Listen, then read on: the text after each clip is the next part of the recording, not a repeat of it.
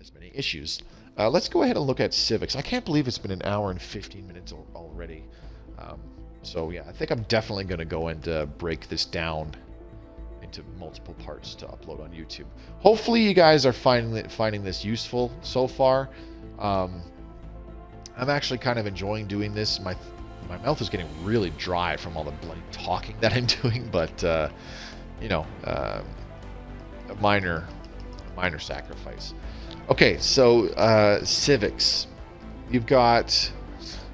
We're kind of just going to go through them first, and I'll talk about and you know, I'll kind of describe what they do. I'm not really going to do them in any particular order, aside from point out that you know, I'll probably start with like some of the best ones you can go with. One of the best ones, hands down, you can go with, and you can pick it all the time: Technocracy.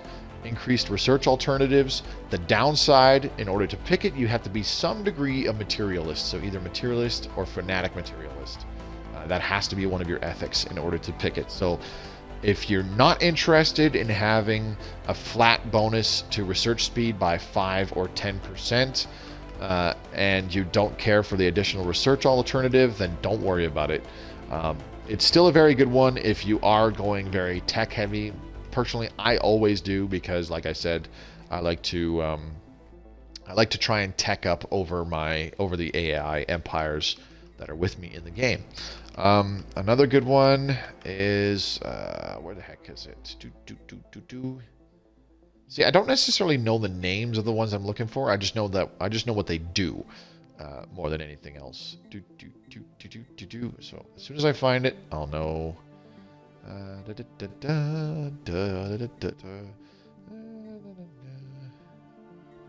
is it? I guess I don't really have it.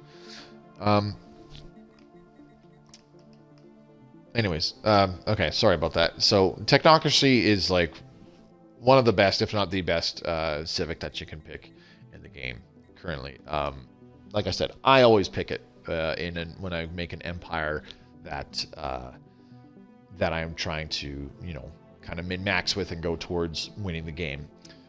So we're just going to go from the top to the bottom. We'll go through them. And once we've gone through all of them, hopefully I'll explain whether it's useful or not, or why I think it's useful or not, and then, you know, we can kind of rank them according to their overall effectiveness. Meritocracy, leader skill levels +1, leader pool size +1. This is it's kind of just on the side, because, you know, an extra skill level on your leaders, it can be kind of handy to have early game. Again, this is one that you could combine with a trait. Where is it? Talented. There you go. So +1 to skill levels with the talented trait, and again +1 to skill levels with the meritocracy civic. So you could essentially have scientists in the very early game that are researching higher level anomalies when they're out exploring the galaxy and stuff like that. But, you know, that's really not that big of a deal. The increased leader pool size, again, that is something that you can generate with research projects in the game. So meritocracy, no real reason to pick it unless you just feel like having ridiculously good leaders in the super early game just for funsies.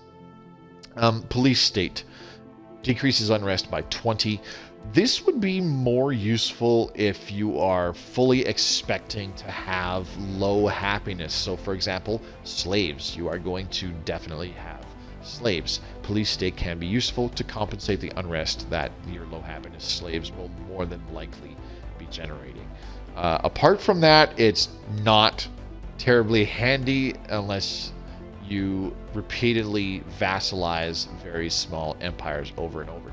It helps combat that pretty nicely, but overall, especially in the early game, it will have almost no effect unless you have slaves, and not every time you play are you going to have slaves. It's very niche, so I don't really see any reason to pick it. Environmentalist reduces consumer goods cost. This actually combines and stacks really well with what is it, conservationist?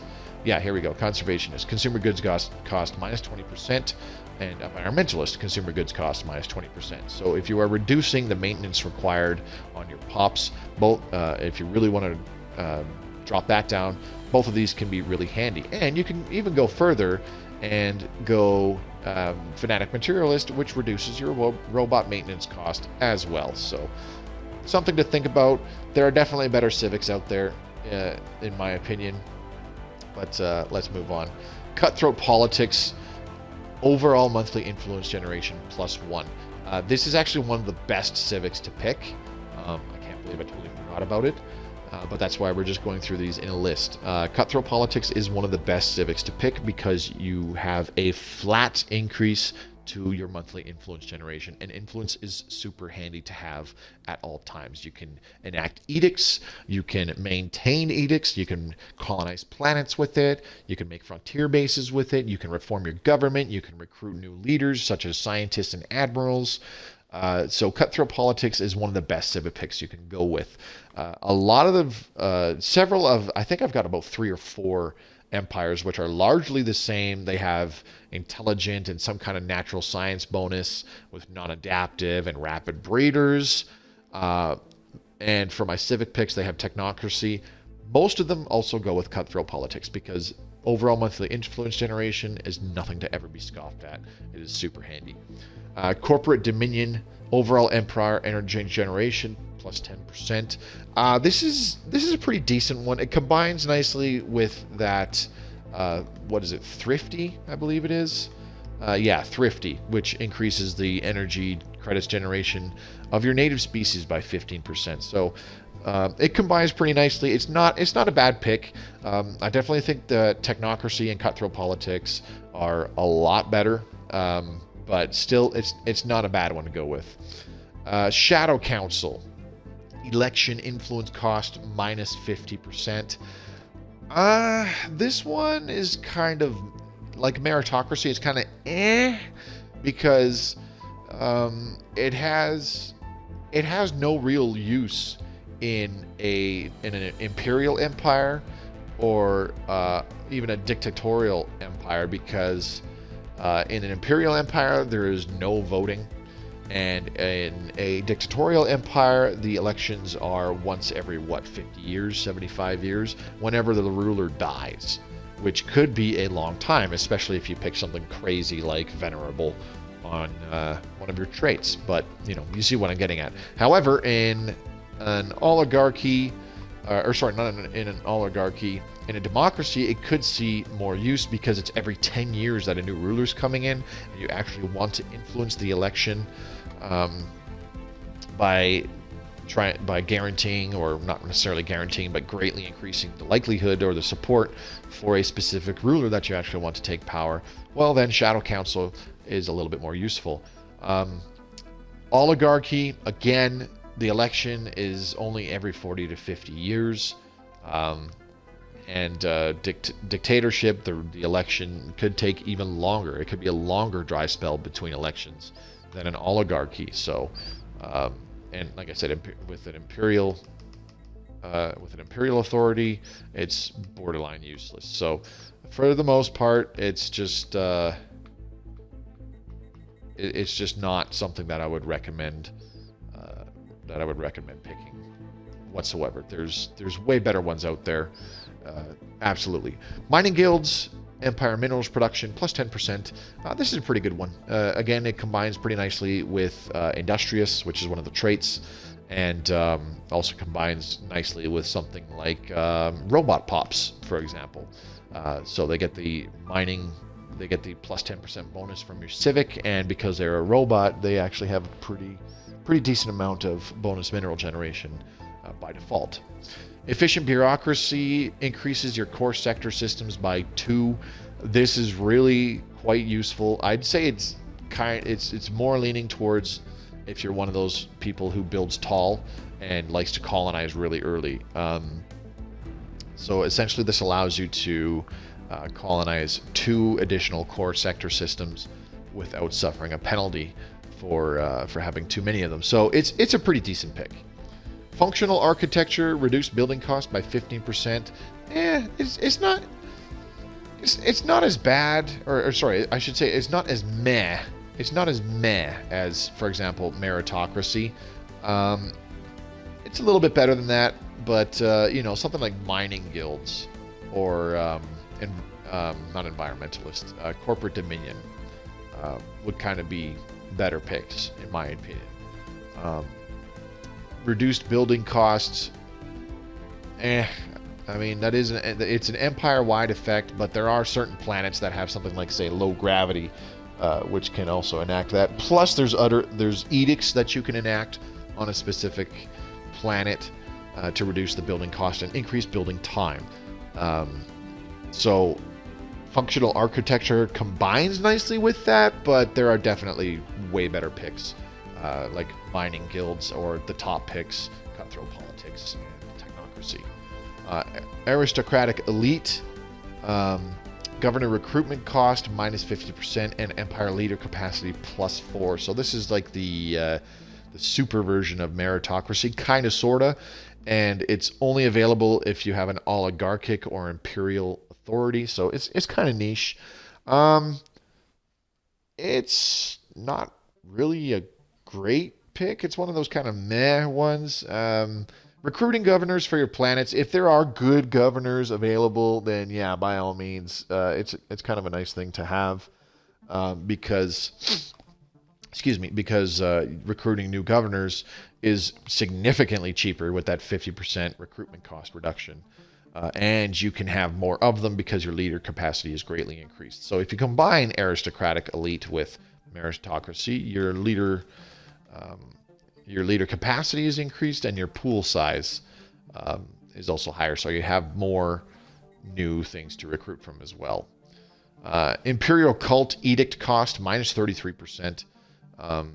This is pretty bloody niche. You have to be authoritarian and spiritualist. In other words, you need to be boink. You need to pick that ethic, and your authority needs to be imperial. There you go. Aristocratic Elite, wrong one. Where'd it go? Imperial Cult. There you are. Edict cost minus 33%. Very useful if you use edicts a lot, which you should, for the most part. But there are definitely better picks out there, such as Cutthroat Politics, because essentially reducing edict cost makes it easier for you to maintain a higher pool of influence. Influence is what it's called. But, why not better do that by picking Cutthroat Politics, which increases your overall monthly influence generation by 1. And then, it's not just edicts that are reduced in cost. You get more influence overall to use more edicts. So there you go. Beacon of Liberty, this requires you being egalitarian, so one of these civics here, which increases faction influence gain and reduces consumer goods cost, and you have to be democratic. This increases monthly unity by 15%. This one's not a bad one. It's very specific. You cannot be xenophobic. You have to have an egalitarian ethic, and you have to be democratic. So it's for one of those very niche kind of empires you were specifically going for it, but it's not a bad pick. Unity generation is pretty good because picking those I forgot what they are. The things that require unity. I have totally forgotten what they are. Things under, like, they've got the discovery tree, the diplomacy tree, the domination tree, the supremacy tree. Wow, I can't believe I forgot what they're called. Those give you very useful bonuses. So Beacon of Liberty, where you increase your overall monthly unity by 15%. Not a terrible pick. It's just very niche. You have to pick your specific ethics. You have to be a specific governing authority. Exalted Priesthood. This requires you being oligarchic, and you have to be spiritualist. Your governing ethics attraction is plus 20%. Very similar to conformists. This is actually bad. So there is no reason to ever. Very good with pacifists. Traditions. Thank you. They're called traditions. I can't believe I forgot what they were called. Traditions. Thank you. So, sorry, taking a step back, Beacon of Liberty, monthly unity plus 15%. Really good for you getting those traditions completed more quickly. Exalted Priesthood, governing ethics attraction plus 20%. Like I said earlier with the trait conformists, which is, even though it's a green trait, it's actually bad because you'll want to be changing your governing ethics. So by extension, Exalted Priesthood is actually a bad civic. Never pick it unless it's for funsies or you're role playing, as I have said several times. Philosopher-King increases ruler skill levels by +2. You require a dictatorial or imperial authority. This one is one of those extreme, like, it's so meh that there's not really any point in picking it. There are way better options out there. You could just do it for funsies, where you go Philosopher-King to increase your ruler skill level, and then you do that Meritocracy civic, as well as the Talented trait, which further increase your skill levels for your leaders. And wham bam, thank you ma'am, your ruler gets bonus skill levels by default by a significant margin. But, that's throwing away a lot of other much more useful bonuses just to do that. Citizen service. Naval capacity +15%. This requires you being some degree of militarist. You do not have fanatic xenophile, and you're either democratic or oligarchic. So your ruler gets voted in either every 10 years or every 40 to 50 years. Oh geez, where did it go? This is a pretty significant one. +15% naval capacity. This is actually not a bad pick. If you are a democratic militarist, increased naval capacity in the very early game could give you an edge because you can build more naked corvettes, for example. So it's actually a good pick. Technocracy, I went over that simply because it's easily one of the best civics to pick. Idealistic foundation, citizen pop happiness +5%. This requires you being some degree of egalitarian, which is a very small price to pay for overall citizen pop happiness across your entire empire. This is actually a pretty decent one because more happiness means more production, and the happier your pops are, they can even increase their production above normal with higher happiness levels. So this actually combines pretty nicely with, if you were going for that one that I mentioned earlier, where you're going for a slaver empire with super productive slaves, and you actually take a hit to your happiness if you don't have slaves. This can actually kind of combine fairly nicely with it. Speaking of slaver guilds, slave food and mineral output increased by 10% each. Again, if you're making an empire where you're going to use slaves, this is actually quite useful because it's essentially the equivalent of where was that other one earlier? Mining guilds, which increases minerals production by 10% on its own. It's essentially 2 copies of that for 2 different very useful resources, except it's in one civic. So this is actually quite useful if you are going for some very productive slaves. So it's not a bad pick. There's better ones out there because, something like Cutthroat Politics is definitely better. Technocracy is definitely better. And this one is, again, it's not as niche as something like, say, Beacon of Liberty or Imperial Cult, because all it requires is you being authoritarian. So it's also pretty low requirements to use it. So it's not a bad pick. Inward Perfection, monthly unity +30%. This requires you being a xenophobe, so you have to be scared of aliens. So in other words, boom, that one, and you have to be, spiritualist? There we go.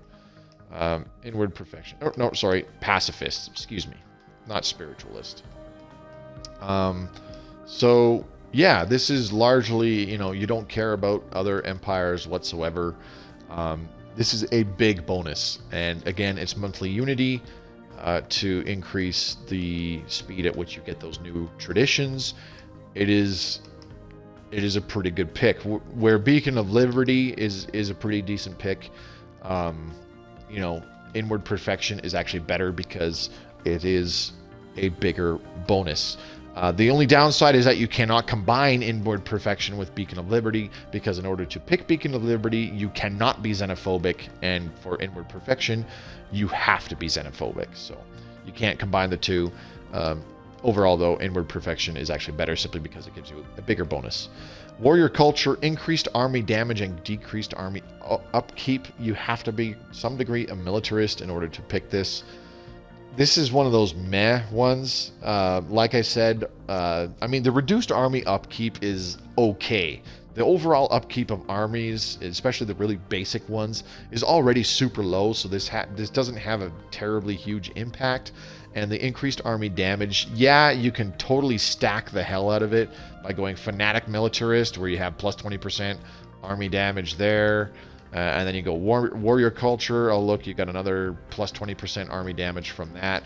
And then you go over to your traits and you pick Very Strong, which gives you another plus 40% army damage. Like we discussed this earlier. Like, yeah, your armies are super powerful, but that's a lot of stuff required to make your armies really strong, when the easiest way to make sure that you win all your land battles is to simply have more armies. So, you know, really no reason to pick it. Distinguished Admiralty.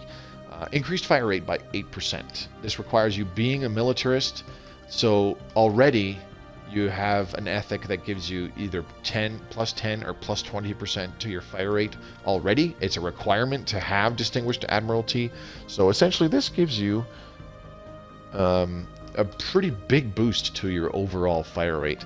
It's not a bad pick. There's definitely better ones, is all I'm going to say. But this can definitely give you an edge in ship-to-ship battles, especially if you have very similar, not just similar fleet power, but your fleets are largely composed of similar ships that are designed very similarly as well. This could give you an edge. Free Haven, Migration Attraction, plus 50%. You have to be some degree of Xenophile. This isn't a bad one. It combines with that migration speed stuff pretty decently, because you'll actually attract pops from other empires. You get pops from other empires. You're more likely to get pops from other empires. So, I mean, if you combine it with other stuff, it's not too bad. But overall, it's one of those ones where it's like, no real reason to pick it. There are way better ones out there. Agrarian Ideal. Farms also produce 1 unity. This one's not terrible. It's just not as good as the other ones that give you overall unity production every month. And it requires you being pacifist. You also can't be authoritarian. So if you are, for example, using pacifist and authoritarian ethics, you cannot pick it. You have to be pacifist, and your farms produce more unity. If you are intentionally going for that, it's not a bad pick, because more unity gives you those traditions more quickly, and the traditions are pretty dang good. That means 1 Gene Warrior will beat a whole army. I mean, if you think about it that way, yeah. Essentially, so I know we're jumping back a bit, but I said this earlier. You probably missed it early on in the stream there, Cyphus, but I mentioned, like, you have armies that have 80%, that do 80% more damage with all those bonuses that I mentioned earlier, compared to one army from another species, another empire, for example. So yeah, your armies are almost twice as strong, but you're way better off. You're way better off just making more armies. That's a lot of stuff you're putting into your empire creation. There's a lot of bonuses you're giving, like bonuses for other stuff that you're giving out just to have really powerful armies. You make a whole planet with farms that get tons of unity early game. Yes, that's correct. The way I like to play, I'm sure you guys have seen it when I'm playing the Civic Stellar Coalition. I colonize a planet with a certain bonus. So if, say, you colonize a planet with a big food production bonus, and you just put nothing but farms on it, well, with this Agrarian Ideal, it's also giving you a lot of unity, because all your farms are creating more unity on top of other buildings that create more unity, like the Frontier Hospital and the Heritage Site, so on and so forth. So it's not a bad pick. There's better ones out there, but it's not a bad one. There's definitely worse ones. Faction influence gain plus 50%. With Parliamentary System, you have to have democratic authority. This one is pretty straightforward. The requirements are pretty straightforward, so all it requires is your authority is democratic. That's it. Your faction influence gain increased by 30%. Well, essentially what that means is if your factions are happy with you and giving you bonus influence generation, they just give you more of it. So it's not a bad pick. More influence isn't too terrible, but it's definitely more useful to have other things being generating more of other things like minerals or energy credits or food. Definitely food for those increased pop growths and stuff like that. So on and so forth. Let's see. Nationalistic zeal, border range plus 10%, and maximum rivalries plus 1. Something that people don't necessarily really consider is that one actually combines pretty nicely with fanatic xenophobe. And what does it require? You have to be some degree a militarist. So fanatic xenophobe and militarist, and you pick nationalistic zeal. So let's take a look at this for a second.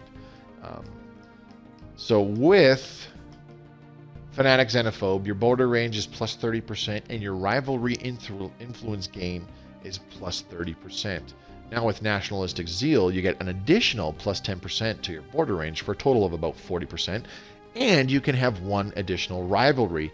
So you can generate a lot of influence from rivalries that way, because you can have more of them. You can have one more of them, and they give you more influence for each rivalry. So combine that with Cutthroat Politics, and bam, you have a lot of influence generation. You are recruiting every leader you want when you want it. You are enacting a whole buttload of edicts, or just simply maintaining empire-wide edicts, so on and so forth. You're able to build frontier outposts and expand your borders beyond colonized planets and just claim certain areas for yourself. This could be a very useful combination. Overall, nationalistic zeal, it's one of the more kind of middling, kind of ones. It combines better with stuff. It's not really a good pick on its own, but it definitely has its uses. So yeah, that essentially sums it up for building your empires. I already went over quite a while ago